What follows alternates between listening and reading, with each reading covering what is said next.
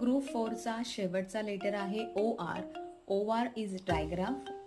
2 letters आहेत पण त्याचा एकच साऊंड आहे, दॅट इज ऑ. ऑ. R is silent. आर लेटरचा साऊंड सायलेंट आहे. आता हे मुलांना शिकवताना ई ई ऑर. ई ऑर.